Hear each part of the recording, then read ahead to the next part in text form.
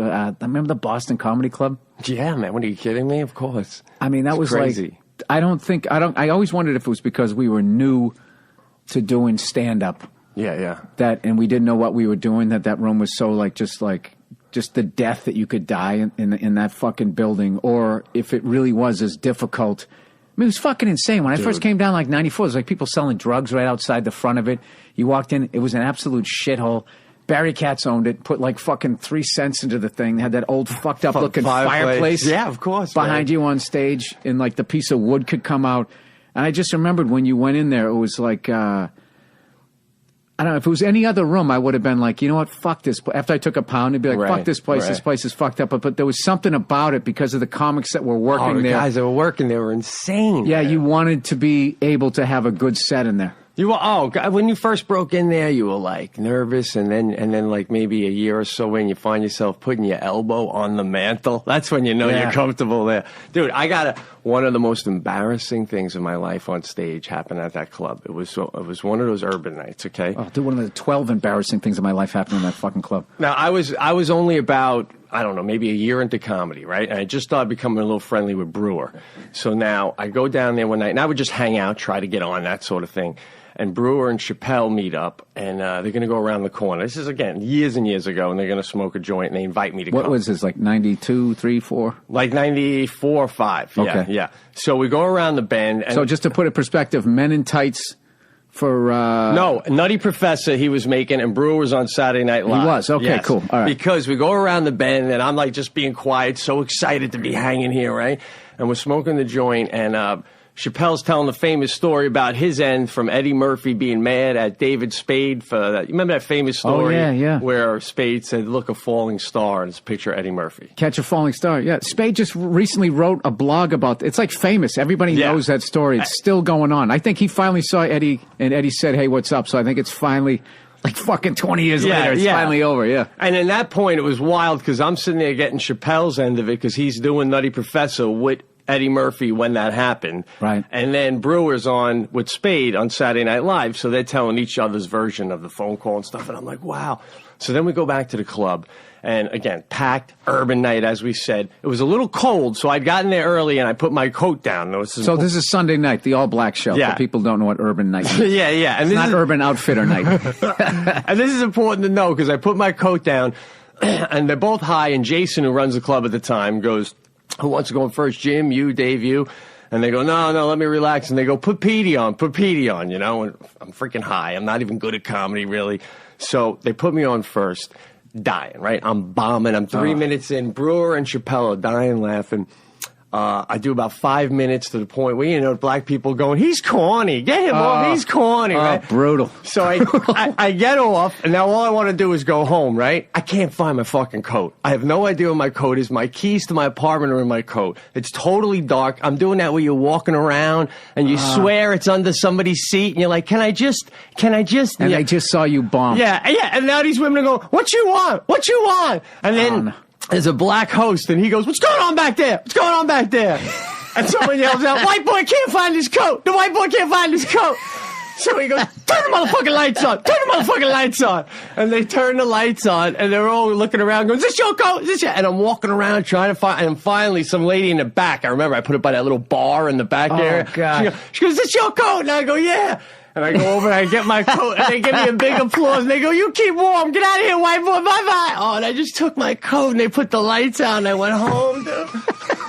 Oh, shit. You know something that what I hated? Nobody pays dues like that anymore. They do 5 minutes of stand-up, and then they're on a goddamn special. Sorry, bro. I know. It seems like that. Yeah. I was just saying that what I always loved and hated about black crowds was...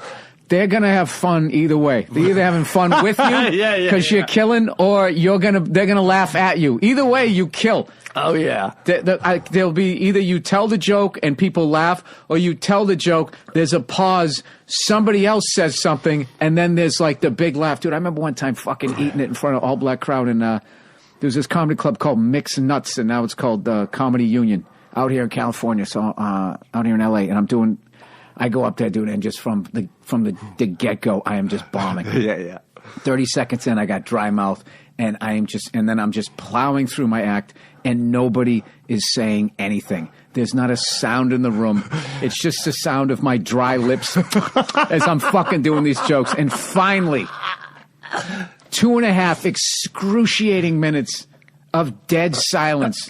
This big girl in the back just calm as shit, just looks at her friend and just goes, I ain't laughed yet.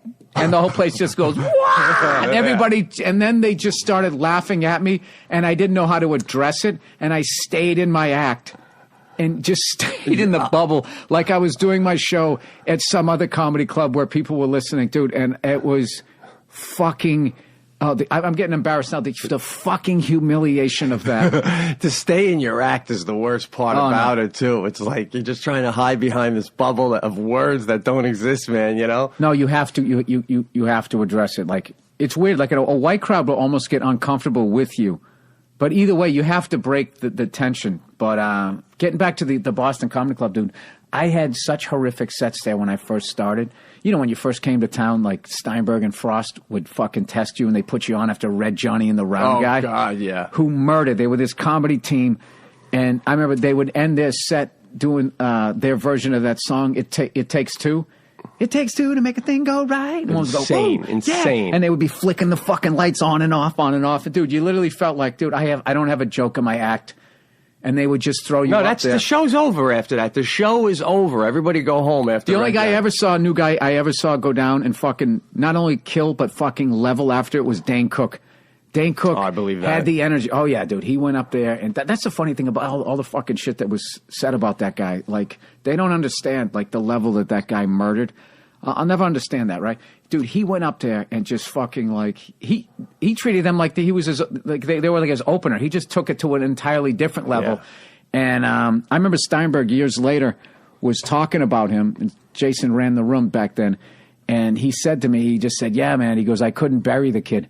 I couldn't bury him. And I remember thinking, like, yeah, I knew you guys used to do that. You used to, when guys came down, it was the exact opposite of any other club where they'd be like, oh, he's a new guy, put him up early, put him up after the fucking, okay act. When you went to the Boston Comedy Club, they threw you right into the fire and right into the deep end. Yeah. And I think that's why I kept going back there. Dude, I used to walk by that club, and during the day, if I saw it, I got sick to my stomach. Just going like, oh, God, that fucking like dude, it literally had my heart. Sometimes I didn't even recognize it during the day. I'd be halfway past it and go, oh, shit, there it is, just because it's such a night thing, a dark night thing.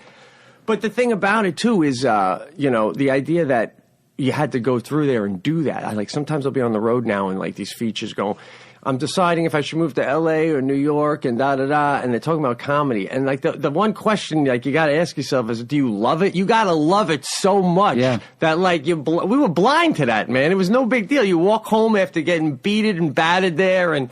Yeah, and you know what's funny? You know what kills me is quitting. I never even thought about quitting. I would just immediately be thinking about, after I was getting past it, I would try to think of like how I could do better the next time. I just remember the worst part was just when you went to bed and you're just laying in your fucking I had a walk-through bedroom, railroad apartment back then. Remember that shit up on 97th Street, right? Yeah. And I would fucking just be laying there in the bed just like... with the humiliation of the set just going through my fucking head and everything. And like it would take you all the way into like maybe 2 PM of the next day to finally get your feet, for me anyways, get my feet back underneath me. And then I'd have a spot at the Strip and it'd go okay. Oh, yeah, of course, man. All right, thank God I'm still funny. I'm still funny. Don't sleep on Pete Correale's new special. Let me tell you, it's streaming right now on show.com, SHO.com. Just click on comedy. He does an awesome podcast with Sebastian, who's one of the best comics out there. It's called The Pete and Sebastian Show on the Riotcast Network, which is www.riotcast.com. Your Twitter is mycorreale, CORREALE. Your website is www.petecorreale.com.